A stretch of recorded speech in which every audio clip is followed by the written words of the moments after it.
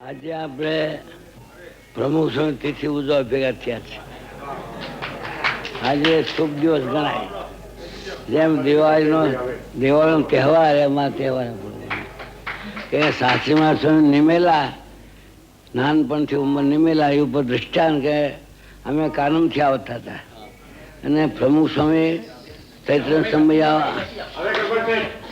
સમય આવતા હતા. મેં સ્વામીને વાત કરી કે આ સાંસદથી મુક્તરાજ આવ્યા છે, આપણા ડબ્બામાં બોલાવો. પછી હું બોલાવેલા અને સ્વામી પછી મૂક્યા. કાળો કોટ પહેરેલો ને બધું આમ ચોથી અંગ્રેજી ભણતા હતા. સ્વામી પૂછ્યું હજી ભણવું છે, હજી મારે ઇંગ્લિશ ભણવું છે. સ્વામી ભણો પણ રવા દો ને આવી સેવામાં આવી જાઓ. જયારે પહેલા ભણીને આવે ત્યારની વાત. આ તો સુપ્રસંગ. આવી રીતે મોટા પુરુષ જીવને ઓળખે. હવે આપણે શું બીજો જાણી શકે શું કરશે શું થશે. એટલે મોટા પુરુષ જે ધારે કરી શકે છે. એ નાના હતા ત્યારે મંદિર જાય. અમે વરસથી રહ્યા હતા ત્યાં સાંસદમાં, તો પોતે નાના મંદિર આવે, બાપા ભેગા કથા વાર્તા સાંભળે, પાદરે ભણવા જાય પાદરામાં. એમ કરતા કરતા સ્વામીની દ્રષ્ટિ પડી ગઈ શાસ્ત્રીમાં સ્વામીને.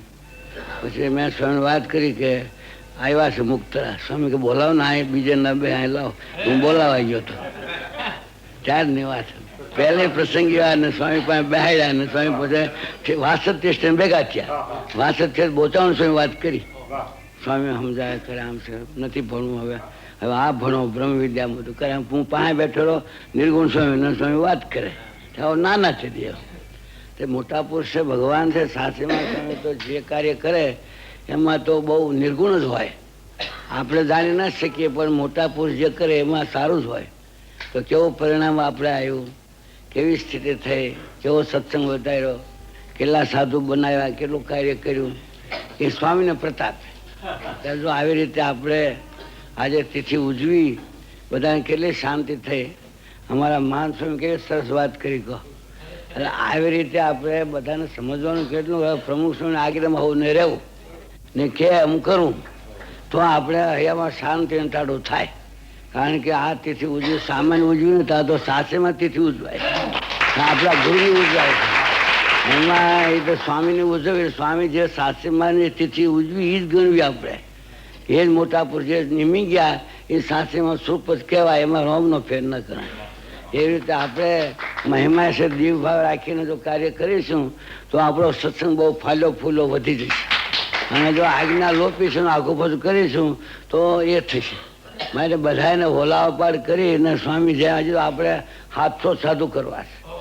દરેક મંદિરમાં તો અમે લખાણ પણ ત્યાં વાતે કરી હતી ગોંડલમાં.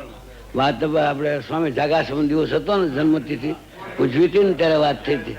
એક મંદિરમાં 100 સાધુ કરવા, એમાં 50 સાધુ ગામડે ફરીને 50 સાધુ મંદિરમાં રહે, એવી ગોઠવણી કરી હતી.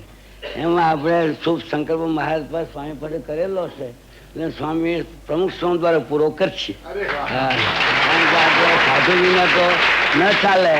700 સાધુ તો બસ હોય તો 2000 સાધુ જોઈએ, પણ 700 સાધુ તો એક મંદિરમાં 100 સાધુ રહે, પછી 5-10 જણા મંડળ ફરે, 50 સાધુ આરતી પૂજા બધું કરે, કથા મંદિર હાંસવે, કોઠારી હારા થાય, બધું થાય. એટલે એ સ્વામી પાસે સંકલ્પ કર્યો છે એ પૂરો આપણે થઈ જશે.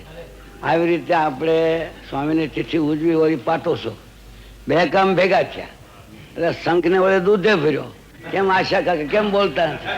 મારા તૂટી ફેવરે મારા તૂટી કો આશા કાકે. હવે 12મે સ્વામી તિથિ ઉજવવી સારી રીતે સાવધાન. શું કે છે?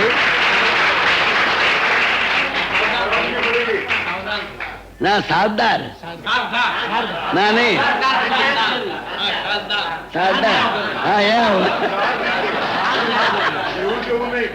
હા ફાસ્ટ પૂછ્યું નહીં એમ કહું છું. મોટા પાયે પૂછ્યું જેથી અમે આપણે જોઈએ દર્શન કરીએ. હા તો આપણે શાંતિ થાય. આપણું કાર્ય ઉપાડી લીધું ગણાય. ત્યારે કહેવાનો સિદ્ધાંત 12 વાગ્યા અતિથિ ઉજવવી જોઈએ. કેટલા વાગ્યા કેટલા થયા છે તે હવે હારાદમાં શું છે 12 પૂરા કરું. કારણ કે આગળ આ તો અવસર છે. આ ઓલા છે ને ઓલા કાર્તિક મહિના તાજા બુરા રાખી રાત કૂટે છે. 12 વાગ્યા સુધી રાગે રાખી રાત કરે છે. પણ આ તો આપણે સર્વોપરી કામ છે, સર્વોપરી વાત છે, સર્વોપરી તિથિ ઉજવાય છે, તો આપણે હોને ભલે 1 કલાક ઊંઘ ખોટી થાય, ભલે થતી થવા દો.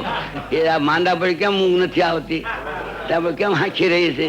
ડાક્ટર પાસે ભોગભાઈ જાવ ને પણ ઊંઘ નથી, ગોળી લેવી જ માની લો, લેવી જ પડે, બીજી વાર લેવી પડે. આવે તેમાં આ ગોળી લીધી માની પણ તાકું.